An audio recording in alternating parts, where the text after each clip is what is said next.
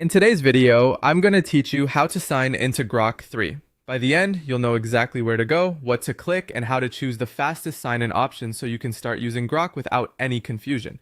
First, open your preferred browser and head directly to the official Grok website by typing the address into the URL bar. Make sure you're on the correct site and that the page fully loads. A stable connection and an up-to-date browser make everything smoother, especially when you're moving between sign-in pages.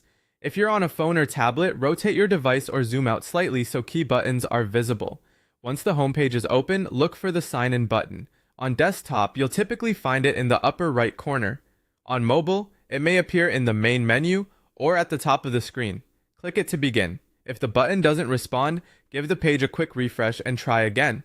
Sometimes a content blocker can interfere, so if you use one, temporarily allow the site, then click Sign In once more.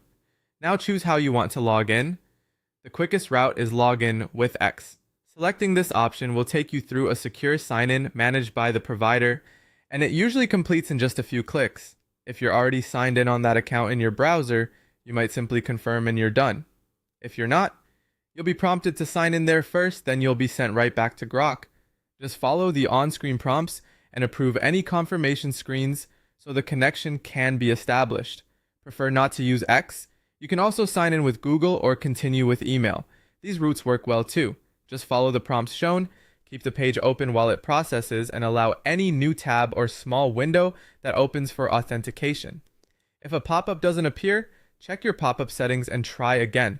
When everything goes through, Grok will redirect you back to your account. That's it. Once the page reloads, you should be signed in and ready to explore. If you run into issues, double check your internet connection, try a different browser, or clear a stuck page by refreshing. Keeping your login method consistent across sessions can make future sign-ins even faster. Thanks for watching and enjoy using Grok.